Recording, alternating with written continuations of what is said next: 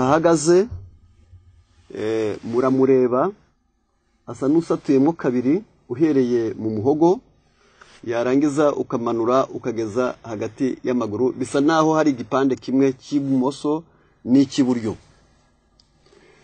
Aha haringaniye mu ibere harimo inyama iteretse hagati y'imitsi yonyine ubwayo gusa iruhande rw'umuhogo hejuru y'igifu ndetse igarurwa n'igihaha. Iyi nyama murabona ko ifite ibyumba bigari bine binini.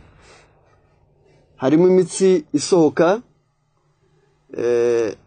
isa n'iringaniye mu maboko, hari indi yombi, hari indi nayo isohoka iringaniye ijya mu nda. Byonyine ubwabyo gusa umwijima usa n'uteretse usohotswemo n'amatiyo menshi. Ibi byumba bine bishinzwe kwakira umwuka uvuye amaraso avuye mu mubiri, yarangiza bikayoza, yarangiza ayamaze kuva mu mubiri akaza aremereye, hakanyuramo akantu bita valve kari mu ntango ya buri cyumba kabereyeho kuvuruga, noneho kayavuruga koroha, akandi kakayavanga, akandi kakayungura akatandukanya amabi n'ameza, yarangiza ikindi kasohokeramo agasubira mu mubiri. Uru rugingo rugira amategeko, uru rugingo rugira ibyo rukunda rukagira n'ibyo rwanga. Rukunda amazi d'abord kugira ngo amaraso aza ariko adafite ubushyuhe bwinshi, kandi amaraso aze ataremereye, kandi amaraso aze agenda ku rugero rwiza, bituma umutima ukunda amazi. Niyo mpamvu kubazi ingingo, kuko igihaha ari nacyo kigenewe kuyoza umwuka ngo kiwukuremo umwuka mubi, gisigaze oxygene yonyine. Burya ibibitse mu two bita alvéole, ni utuntu tumeze nk'inzabibu tuba mu gihaha. Iyo turwaye tukabika ibyara umwuka bigahinduka amazi, ubwo umuntu arwaye ibyo bita prelezi. Yarangiza tuba tugomba kureba ngo umutima ugomba gukora nabi bitewe n'igihaha kirwaye. Umutima ushobora gukora nabi bitewe n'ibyo bita tension élevée, ubwenge bwawe ukaba bwapanitse bwabaye traumatize. Umutima ushobora gukora nabi bitewe n'umunyu mwinshi wagezemo, yarangiza amazi yakayakunda kwibumbira hamwe bitewe n'uwo munyu. Umutima ushobora gukora nabi bitewe n'amavuta menshi yabaye mu maraso, noneho uko atembera mu mitsi akajya agenda hasigamo ikintu kimeze nk'urubobi cy'urwugara. Yarangiza ubona uyu mutsi ukabona wabaye nka twiyo yagezemwo icyondo. Yarangiza amaraso akagira icyo bita pression cyangwa se ibyo bita haute tension, ari byo abandi benshi cyane bita pressure, ari cyo bita abandi bita hypertension, bitewe nuko igihe amaraso amanuka atya ajya mu mitsi asanga inda yabaye ntoya. Yarangiza ayo maraso agahura n'ikibazo cyo kutihuta bihagije kandi atari busubire mu mutima. Yarangiza hakabaho icyo bita pression arterielle cyangwa se haute tension cyangwa se hypertension. Iyo agiye atyo byongera ubwabyo gusa burya umuntu aba arwaye. Wabwirwa n'iki se? Ubwo cyo ni kimwe. Amaraso ashobora kugera hasi mu mubiri yagiye akennye, atagira ibintu bita proteine zihagije, noneho mu kuzamuka kwayo akazana intege nke. Uko azamuka yarangiza akselera ngo azamuka ave mu birenge, azamuka uyu musozi witwa amaguru, yarangiza azagere mu mutwe akagendana intege nke nk'imodoka idafite za vitesse zihagije cyangwa se moteri ikomeye. Noneho bigatuma aya maraso azamuka gato cyane, buri gihe agakunda kurangwa nuko ingingo zibyimba. Yarangiza bitewe nuko yahatinze akashobora kuhakonjera, ashobora no guhinduka amazi, ari nazo ntandaro wenda kubwo kubura proteine cyangwa impyiko zakoze nabi. Yarangiza umuntu akagira izo bita wedeme. Yarangiza ibyo nacyo ni ikindi gishobora gutuma umuntu agira ikibazo cy'umutima. ariko umuntu akwiriye guhora yigenzura. Ni ryari wakeka ko ufite umutima cyangwa se ufite ikibazo ku rugingo rwitwa umutima? Uyu mutima uvuzwa ntabwo ari wo bita ame muri Bibiliya, kuko uwo ame ishinzwe ibirebana n'iby'umwuka, ariko iyi kere ni pompe ibereyeho gusunika amaraso ngo atunge umubiri.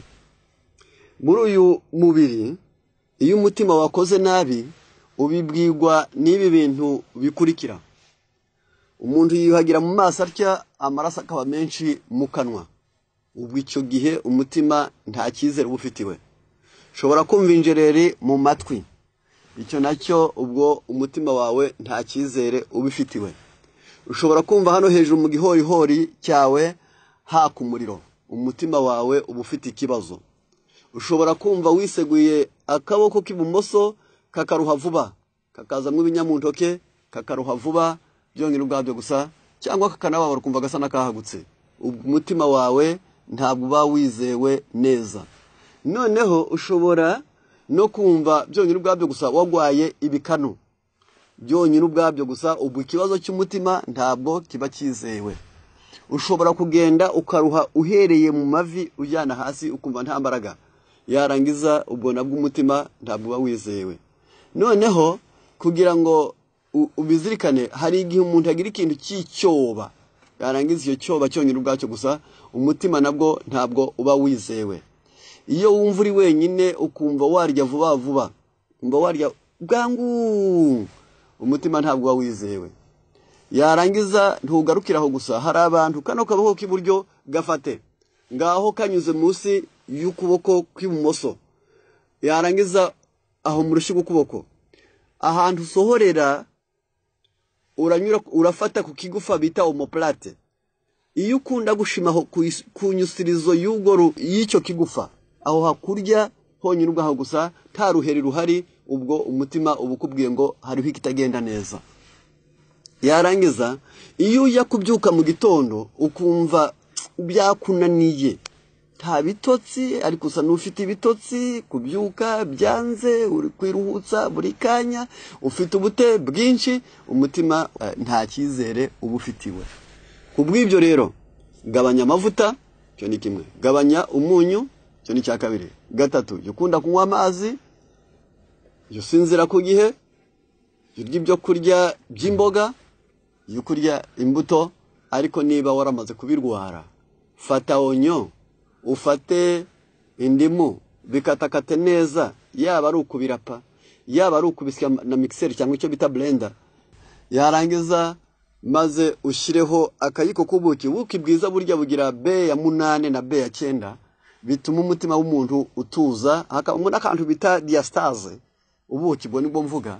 Yarangiza iyo butatetswe cyangwa bushyirwe mu kintu gishyushye, ari ubuki bwuzuye bwiza butavangiwe, ako bita diastase, niko konyine gatera umuntu gusinzira neza.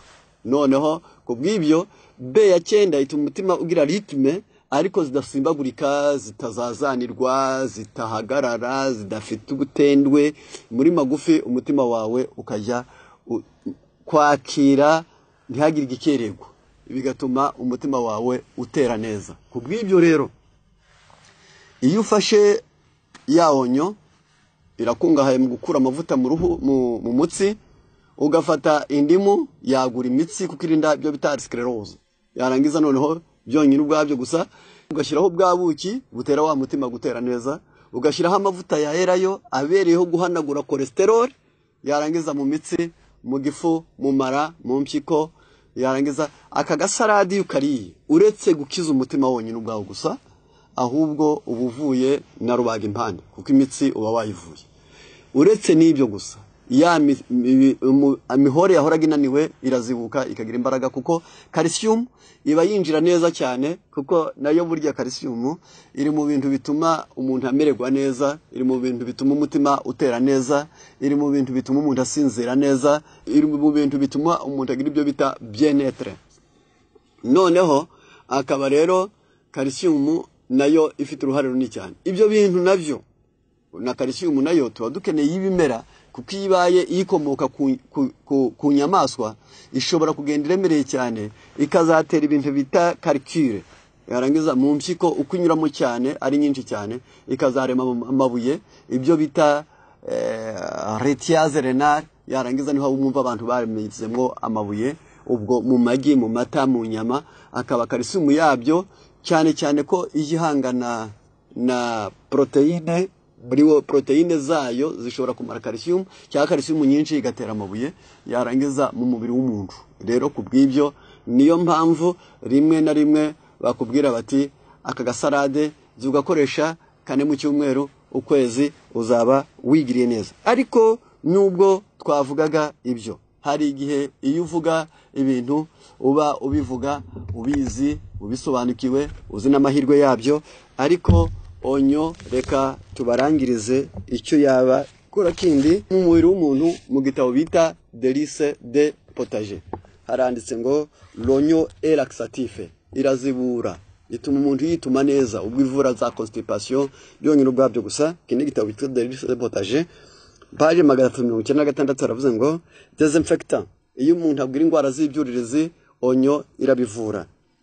Bactériostatique, yarangiza bakteri zawe, imbuto z'indwara zirimo irazivura. Surtout diurétique, cyane cyane mu nzira zo kwihagarika. Stimule la digestion, ituma imyanyi igogora ikora neza. Favorise le sommeil, onyo burya ntabwo ari yo kurya gusa ngo byoshye ibyo kurya, ahubwo itera gusinzira neza. Combat l'anémie, ituma amaraso ashobora kwiyongera akirema, yarangiza ubutare bukaba bwinshi, fer ikaba nyinshi, vitamine C ikaba nyinshi. Noneho yati aide les personnes surmenées et les rhumatisants, ifasha abantu bose baguye agacuho, ubwo abantu bananiwe hirya ya fatigue burya haba surmenage. Noneho iyo umuntu ananiwe hirya habaho gugacuho, nyuma bikazabyara byo bita stress. Yarangiza onyura iragufasha, yarangiza ukaruhuka ugasinzira neza, yarangiza ndetse n'abantu barwaye rubaga impande. L'oignon contient une substance appelée glycokinine apparence à l'insuline, yarangiza iyo bita glycokinine iba muri onyo isa n'iyivanga, yarangiza bigatuma insuline zibaho. Niyo mpamvu ikenewe ku bantu barwara diabete. Donc en fait d'un choix de choix pour les diabétiques, nicyo gituma onyo burya ibarirwa mu byo kurya by'abagwara diabete, yarangiza ngo bafashe kubongera insuline ya yindi pancreas yananiwe kurema. Reka rero tubifuriza kumenya neza ngo umutima ufite ibyumba 4, yarangiza umutima wakira amaraso, umutima wohereza amaraso mu mubiri. Umutima ushobora kugubwa nabi bitewe n'amavuta cyangwa umunyu cyangwa kutanywa amazi, ariko ongera wibuke ko iyo amaraso ari gusohoka igihana cyo kiba cyateze, yarangiza agafata oxygene kikavanga n'amaraso amaze koga, yarangiza akabona gatukura neza, yarangiza umutima wawe ukagaburira ingingo zawe witwa pompe. Rero uzawufate neza, yusinzira ku gihe, yawiyuhagira, yugira amahoro, yuseka kuko abaseka inshuro 14 mu munsi bihwanye mu masaha 16, nibura akabasetsa inshuro 14, yarangiza 14 zikazigizwe n'iminota 15. Aba bantu bagira ibyo bita bien-être, bakunda kwibuka, basinzira neza, basaza neza, amagufa yabo ntakunda kurwara, yarangiza imitsi yabo ihorana itoto, iminkanyari ba mike, guseka nabyo ni byiza. Niyo mpamvu bivuze ngo kwishima ni imbuto y'umwuka. Imana ibane namwe mu izina rya Yesu. Akamaro k'ubutumwa bw'ubugorozi nivugurura